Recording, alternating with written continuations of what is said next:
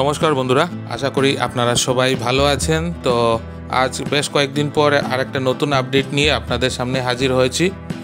তো বন্ধুরা, গত কিছুদিন মাত্রাতিরিক্ত গরমের জন্য জনজীবন একদম অতিষ্ঠ হয়ে পড়েছিল, কিন্তু গতকাল বিকেল থেকে কিছুটা তাপমাত্রা নিম্নগামী হয়, তাতে কিছুটা হলেও এই সাংঘাতিক গরম থেকে রক্ষা পাওয়া গেছে।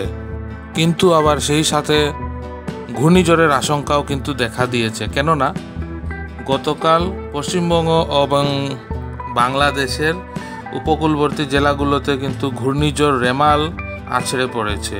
রবিবার 10:30 নাগাদ রেমাল বাংলাদেশ থেকে পশ্চিমবঙ্গের সাগরদ্বীপের স্থলভাগে আছড়ে পড়েছে। তার জন্য দক্ষিণবঙ্গ এবং উত্তরবঙ্গে ভারী বৃষ্টিপাত হচ্ছে বন্ধুরা।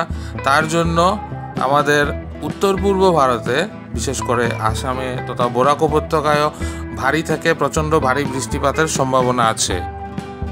বন্ধুরা, আপনারা দেখেছেন যে আজ বিকেল 4টে থেকে আমাদের বরাক উপত্যকার 3 জেলায় কিন্তু বৃষ্টিপাত শুরু হয়েছে। তাছাড়া মিজোরামের কিছু অংশে এবং মেঘালয়ের কিছু অংশেও কিন্তু বৃষ্টিপাত শুরু হয়েছে। এই ভিডিওটা যখন আমি আপলোড করছি তখন কিন্তু বৃষ্টি হচ্ছিল বন্ধুরা, আপনারা দেখতে পাচ্ছেন ভিডিওতে। বেশ কিছু ক্লিপ আমি আপনাদের জন্য শেয়ার করলাম, আপনারা সাথে থাকুন, দেখতে থাকুন। এই সূত্র ধরে বরাকের 3 জেলায়ও কিন্তু রেড অ্যালার্ট জারি করেছে প্রশাসন। বঙ্গোপসাগরে সৃষ্ট ঘূর্ণিঝড় রেমাল এর প্রভাবে প্রচণ্ড ঝড় বৃষ্টি হবে বরাক উপত্যকায় 3 জেলা সহ রাজ্যের বিভিন্ন স্থানে। আবহাওয়া দপ্তরের সূত্র মতে আজ অর্থাৎ সোমবার এবং আগামীকাল কিন্তু প্রচণ্ড ঘূর্ণিঝড় এবং ভারী বৃষ্টিপাত হতে পারে বরাক উপত্যকার 3 জেলায় তথা সারা রাজ্যে স্থানভেদে।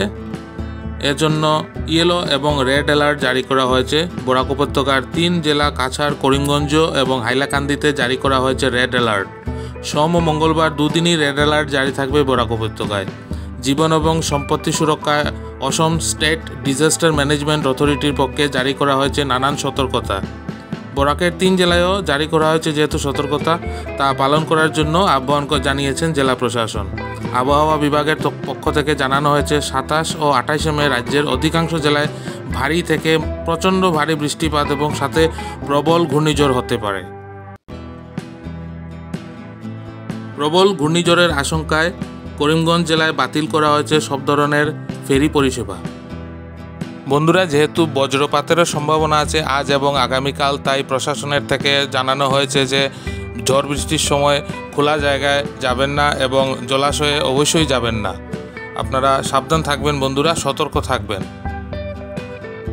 এদিকে কাছাড় জেলার দুর্যোগ মোকাবিলা কর্তৃপক্ষ থেকে এক সতর্কতা জারি করে সংশ্লিষ্ট সরকারি বিভাগের টাস্ক ফোর্স গঠন সহ দ্রুত সাড়া দিতে প্রস্তুত থাকতে বলা হয়েছে সংশ্লিষ্ট বিভাগকে। তাই বন্ধুরা, আপনাদের কাছে একান্ত অনুরোধ, আপনারা আজ এবং আগামীকাল একটু সতর্ক থাকবেন। প্রশাসনের তরফ থেকে যে সতর্কতা জারি করা হয়েছে সেটা মেনে চলবেন অতি অবশ্যই। তো আজকের ভিডিওতে বন্ধুরা আপডেট এতটুকুই থাক। আশা করি আজকের ভিডিওটা আপনাদের ভালো লাগবে। ভালো লাগলে লাইক করে একটা কমেন্ট করে জানাবেন। আপনার চেনাশোনা সবার সাথে ভিডিওটা শেয়ার করবেন। আর যারা নতুন দেখছেন তারা প্লিজ চ্যানেলটা সাবস্ক্রাইব না করে যাবেন না। সাবস্ক্রাইব করে পাশে থাকা বেল আইকনটা প্রেস করে দেবেন, তাতে যখনই আমি আর নতুন ভিডিও দেব তার নোটিফিকেশন সাথে সাথে আপনার কাছে চলে আসবে। খুব তাড়াতাড়ি আগামীকাল আরেকটা আপডেট নিয়ে আপনাদের সামনে হাজির হব। ততক্ষণ আপনারা সবাই ভালো থাকবেন, সুস্থ থাকবেন। পাশে থাকার জন্য অনেক অনেক ধন্যবাদ।